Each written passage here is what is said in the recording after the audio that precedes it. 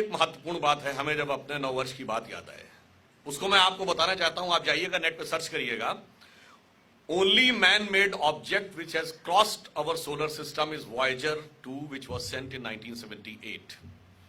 उसमें extra terrestrial civilisations के लिए एक संदेश डिजाइन किया गया है, जिसमें बहुत सारी आवाजें हैं, बहुत सारे चित्र हैं, बहुत सारे डिपिक्शंस हैं।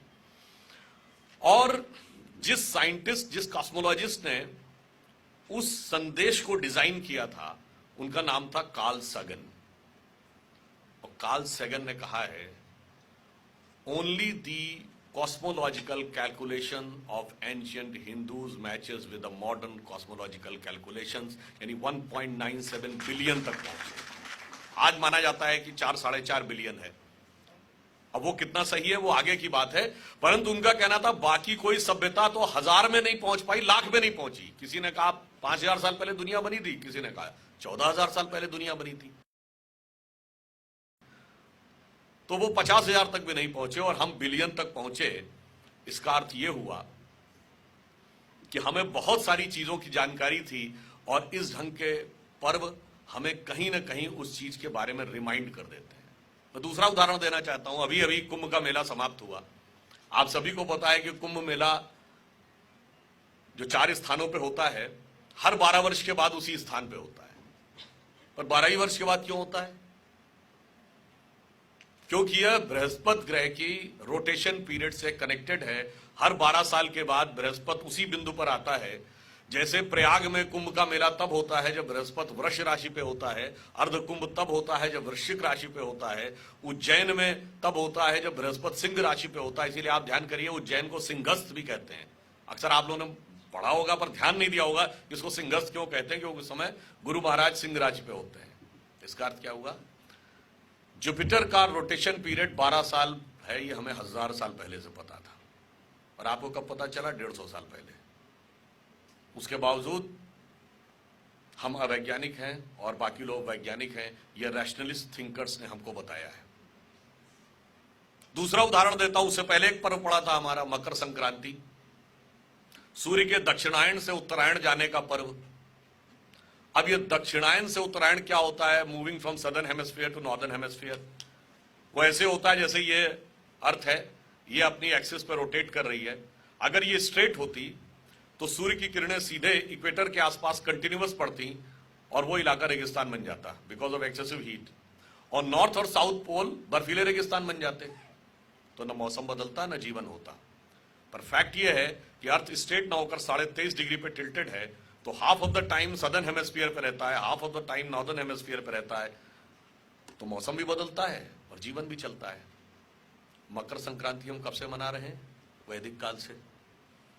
इसका मतलब the earth tilt and its successive changing of the position of sun vis-a-vis earth, ये हमें हजारों साल पहले से पता था। इसके बावजूद हम अवैज्ञानिक हैं और जो ये कहते थे सूर्य पृथ्वी के चारों ओर घूमता है, जो कहते थे धरती चपटी है, गोल नहीं है, वो लोग वैज्ञानिक थे। ये रैशनलिस्ट थिंकर्स ने हमको समझाया और हमें 3 पीढ़ियों से ये बताया गया, तो कहीं ना कहीं हम लोगों के दिमाग पर भी उस चीज का असर पड़ जाता है। तो ये बहुत सारे आज के जो पर्व हैं, हमारी बहुत सारी ऐसी चीजें, अच्छा ये चीजें ऐसी रच बस जाती हैं हमारी व्यवस्था में कि उसको डिफाइन करना मुश्किल हो जाता है, इसमें क्या वैज्ञानिक है और क्या अवैज्ञानिक है। वो कुछ कुछ जानते कैसे है? जैसे हम लोगों ने क्लास 2nd 3rd में जब एडिशन सब्सट्रैक्शन पढ़ा तो क्या कहा जाता है, 4 + 3 कैसे करो? तो टीचर बताती है 4 लाइनें खींचो, फिर कहते हैं जी 3 लाइनें खींचो, फिर चारों को काउंट करो, 7। अब ये हुआ। अब जो मैथमेटिक्स का मेसी है उससे पूछिए तो वो 4⁻³ का इक्वेशन ऐसे ही बता देगा। तो वो 4th क्लास के बच्चे के हिसाब से तो अवैज्ञानिक है, क्योंकि उसने 4 लाइनें नहीं खींची, फिर आगे 3 लाइनें नहीं खींची, चारों को जोड़ा नहीं, तो कैसे बता दिया? वैज्ञानिक अवैज्ञानिक नहीं है, मेंटल लेवल का डिफरेंस है। बस ऐसा ही कुछ अंतर हमारे और बाकियों की सोच में भी था और हमारी वो चीज कहीं ना कहीं इसमें। अब मैं एक और उदाहरण देना चाहता हूं। हम लोगों का नववर्ष सामान्यतः मार्च से प्रारंभ होता है। 2000 साल पहले तो मार्च से ही होता था। आज कभी मार्च में पड़ता, कभी अप्रैल के शुरू में पड़ता है।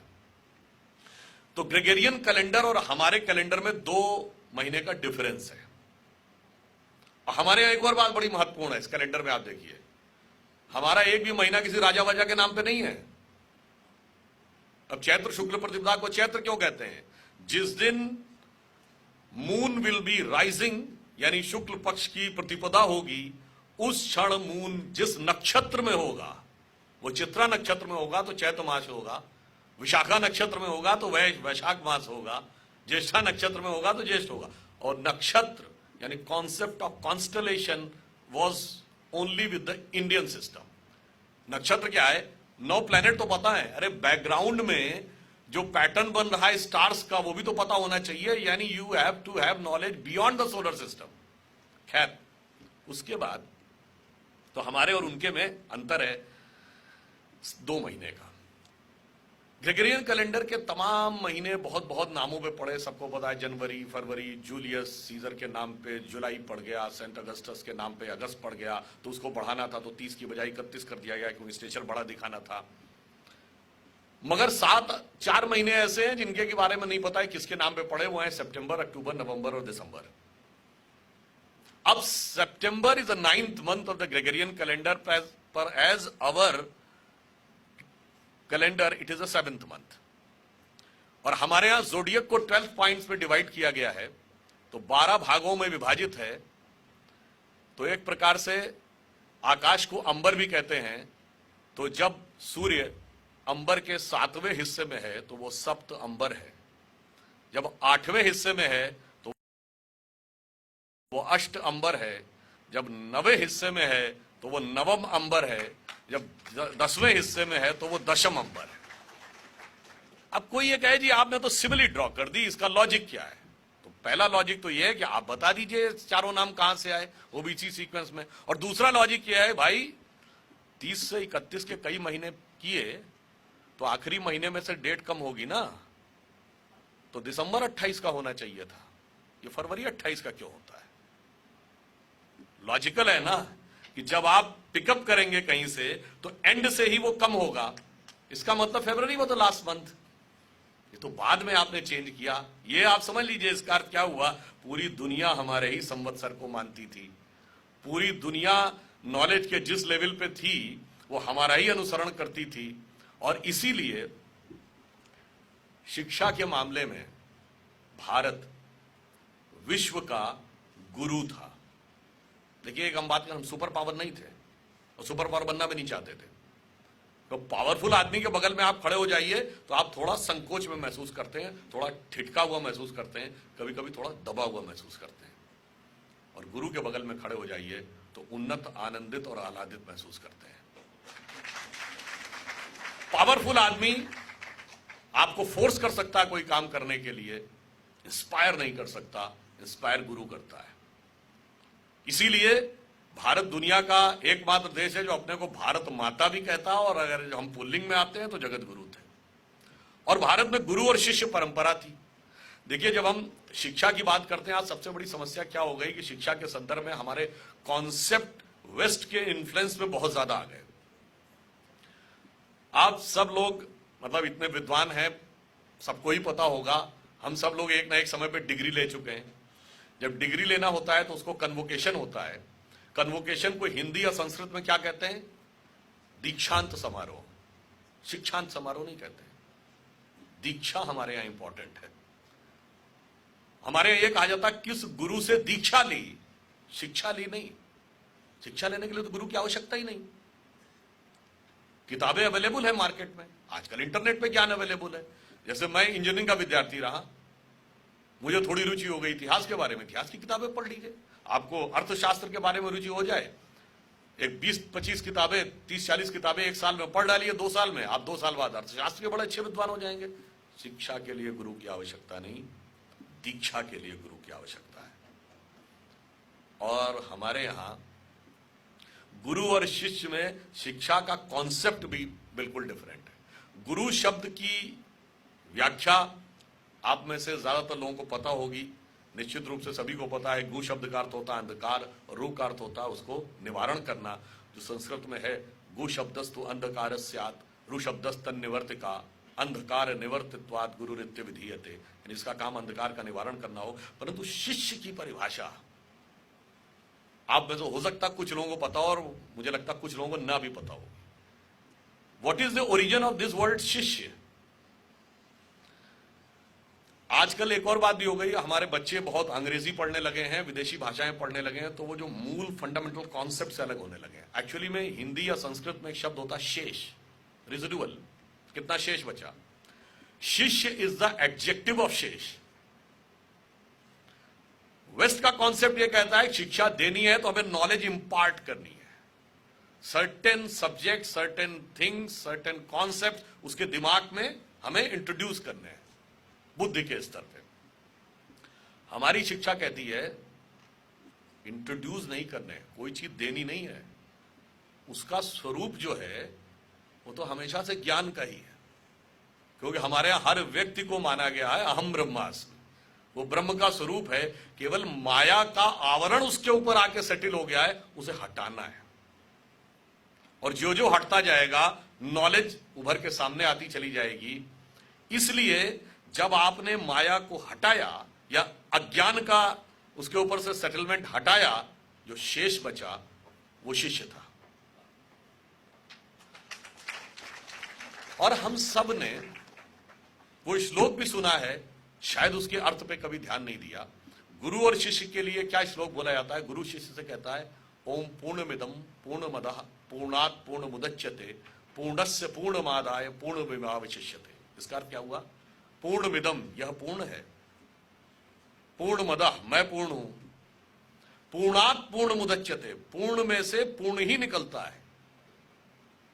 इन्फिनिटी में से आप इन्फिनिटी को टेक आउट करिए, इन्फिनिटी बचता है, तो मैंने पूर्ण में से पूर्ण निकाला, और अब जो शेष बचा वो भी पूर्ण था, यानी उसका पूर्ण स्वरूप सामने आ गया। You have taken infinity out of the infinity, but the residual will always be infinity. तो गुरु और शिष्य परंपरा का ये अर्थ था, ये नॉलेज का एक अलग लेवल था। इसलिए हमारे यहां नॉलेज के दो पार्ट्स है, विद्या और अविद्या। वेस्ट में ऐसा डिवीजन ही नहीं था, इसलिए वो कंफ्यूज कर गए। विद्या क्या है और अविद्या क्या है? अविद्या सुनने में एक निगेटिव वर्ड लगता है, ऐसा निगेटिव नहीं था। ऑल वर्ल्डली नॉलेज वर अविद्या। ये physics, chemistry, math, zoology, botany, chemistry, sociology, history, geography, engineering, medical, mathematics से लेके आप मैनेजमेंट, ये जो पढ़िए, जो कुछ सांसारिक है वह अविद्या है। विद्या क्या है? उसकी क्लियर डेफिनेशन थी, सा विद्या या विमुक्त है। विद्या वो जो मुक्ति का मार्ग प्रशस्त करे। सरस्वती मां विद्या की देवी थी। विद्या के लिए अधिकारी होना आवश्यक है, अविद्या के लिए अधिकारी होना कोई आवश्यक नहीं है। वर्ल्डली नॉलेज के लिए, जैसे मैंने कहा, ना गुरु की आवश्यकता ना पात्रता की आवश्यकता, जिस सब्जेक्ट का मूड आ जाए किताब पढ़ लीजिए। मगर आज भी अगर आपको अपने अंदर स्पिरिचुअल एलिवेशन करना है तो बहुत सारे अपने ऊपर कंस्ट्रेंट्स लाने पड़ते हैं, कोई गुरु चुनना पड़ता है, उसके गाइडेंस में चलना पड़ता है, क्योंकि आपके पर्सनालिटी का टोटल ट्रांसफॉर्मेशन होता है। इसलिए उनका शिक्षा का कॉन्सेप्ट और हमारा शिक्षा के कॉन्सेप्ट में फंडामेंटल डिफरेंस था। और आप ये भी समझ लीजिए, हम सबसे पूछा जाता है कि एंशिएंट इंडिया में सबसे बड़ी साइंटिफिक डिस्कवरीज कौन सी? अरे ढेर सारी हैं, मगर मजबूरी में भी जाकर जिस डिस्कवरी को हमारे रैशनलिस्ट स्वीकार करने को बाध्य होते हैं तो कहते हैं जी जीरो भारत ने खोजा था। जीरो तो भारत ने खोजा था, पर जीरो भारत ने क्यों खोजा इसका जवाब कोई नहीं बता पाता। जीरो हमने इसलिए खोजा, जीरो का सबसे बड़ा खास ये बात यह है कि आप कितने भी नंबर्स तक कैलकुलेशन कर सकते हैं, उसमें कोई रिस्ट्रिक्शन नहीं रहता। जीरो की सबसे बड़ी खासियत यह है कि अगर कोई नंबर x है डिवाइडेड बाई n, उसकी सर्टेन वैल्यू होती है। आप n की वैल्यू कम करते चले जाइए तो रिजल्टेंट की वैल्यू बढ़ती जाती है। x बाई 20 से x बाई 10 की वैल्यू ज्यादा होगी, x बाई 10 से x बाई 5 की वैल्यू ज्यादा होगी, x बाई 4 की वैल्यू उससे ज्यादा होगी, फिर x बाई 1 की value is equal to x होगी, और x by 0 will be equal to infinity. इसका अर्थ क्या हुआ? अनंत का रास्ता शून्य से होकर जाता है, और हम अनंत खोजने में लगे थे, इसलिए हम शून्य को खोजने में सफल हुए। अभी शून्य की एक और खासियत है, आप 0.00001 को 0 से डिवाइड करिए तो भी इन्फिनिटी है, and 1 billion to the power trillion को 0 से डिवाइड करिए तब भी इन्फिनिटी है। इसलिए आप ईश्वर का साक्षात करके अपने अंदर शून्य पैदा करिए, या एक पत्थर की मूर्ति को प्राण प्रतिष्ठा करके उसके माध्यम से अपने अंदर शून्य पैदा करिए, अनंत दोनों स्थितियों में आपका स्वागत करने को तैयार खड़ा है। इसलिए हमारे यहां साइंस, स्पिरिचुअलिज्म, कॉन्सेप्ट, संस्कृति, धर्म सब इस कदर मिला हुआ था कि उनके लिए डिमार्केशन करना असंभव था। जैसे हम में से आपने बहुतों ने सुना होगा वैदिक मैथमेटिक्स,